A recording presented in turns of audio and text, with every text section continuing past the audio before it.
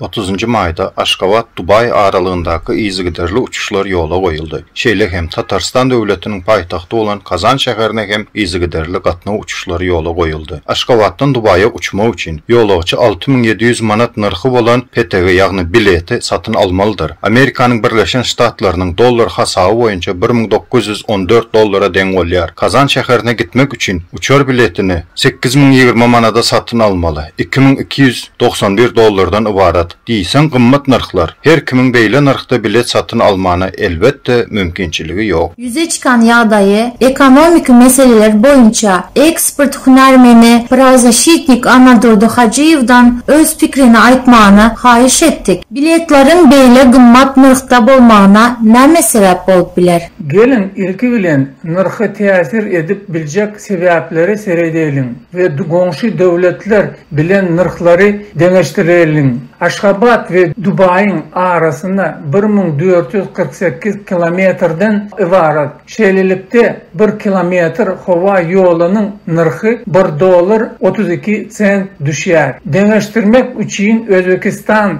döwletini alsak, Taşkent şäherinden Dubay'a çelli aralık Aşgabatda seredende 800 kilometr uzakta bolsa da $260. Tacikistan döwletiniň paýtagty Duşanbe şäheri bilen Dubay'ın arasy Aşgabatda seredende 500 kilometr uzakta bolsa da uçar biletiniň narxy $240. Bu döwletlerde 1 kilometr hava ýolunyň narxy takminan 12 sent bolup durýar. Diýmek beýleki döwletler bilen deňeşdirende Türkmen hava ýollary avia kompaniýasy uçar biletini 10 esse gymmat narxda satýan eken. Üns çekmeli zadymyz. Uçar biletiniň narxy 30-40 göterim avia ýangyrjynyň bahasynda bagly bolup durýar. 30-40 göterim avia ýangyrjyň bahasyna bagly bolup durýar. Edil şu wagt Rossiýada avia kerosiniň bahasy $750-800 aralygynda, Özbekistanda 900, Tacikistanda $1000 sähel ýokarda. Iň arzan bahaly kerosin Türkmenistanda, Türkmenbaşyň nebiti gaýtadan işleýiş zawodlar toplamy geçen ýyl Jet A1 avia kerosini öndürüp başlady. Iň soňky narxlara esaslansak, şol kerosin bir tonasynyň bahasy $300'dır. Diýmek logiki düşünje eýersek, Türkmen hava ýollaryň uçar biletiniň narxy beýleki döwletlerinkinden iň arzany bolmaly. Sebäbi aralyk hasabynda da, ýangıç narxynyň hasabynda da tapawut kän. Näme üçindir biletler altın narxda satylýar? Ele gymmat narxlarda bilet satma Türkmen hava ýollary nähili sebäplere esaslanyp biler?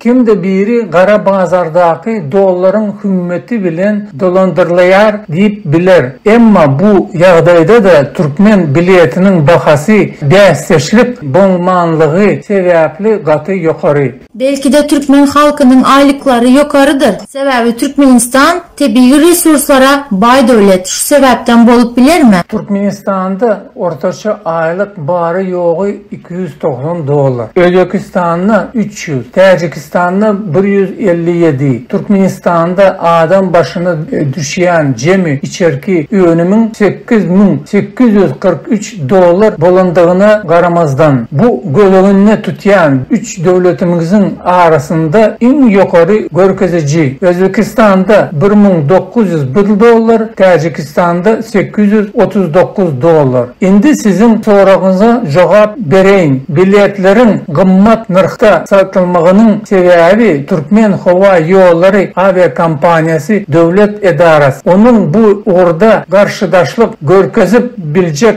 däsdeşi ýok. Şol sebäpden tlen narxyny kesýär. Bu höküm sürýän ýokarky gatlygy diýsen amatly. Bellep geçişim ýaly narxa täsir edip biljek däsdeşleri ýok. Türkmenistanda talaba laýyk adalatyň ýoklugy boluluğu sebäpli raýatlar şeýle haklarının bozulmalığına, yani el yeter nırkta däldigini ve erkin tiyahat etmek bozulyanlığı hakta hiç yere yüz tutup bilen oklar. Ondan insan hukuklarını goýucular beýleki zatlar bilen bir hatarda. Kadana uçuşun deportasiya merkezinde saklanan islenilmeyen adamları deportasiya etmek için bir kanal açmagından korkuyorlar. Yeni bir bellemeli zadımız gımmat nırkları bellemek bilen şeklenmen üstüsüne katnav uçuşlarının sani maksimal derecede azaldıldı. Yolakçıların sanının kendini siretmezden bu zatlar bilgeçliğin ediyarlar. Sebebi pandemiya ve pasportların talabı layık däldiği için daşarı yurtlarda galan Türkmenistanlı raýatlara vatanına dolanmazlığı için bilkaslayın böktönçülük döredilýär. Sonki 2 yılın içinde yurt daşında Türkmenistan'ın avtoritar rejimine nägililigini bildirýän protest hareketleri köpeldi. Azat hovasından dem alıp gören adamlardan rejim hovatarlanýar. Resmi Aşgabat ýagdaýyň köşeşmegine garaşýar.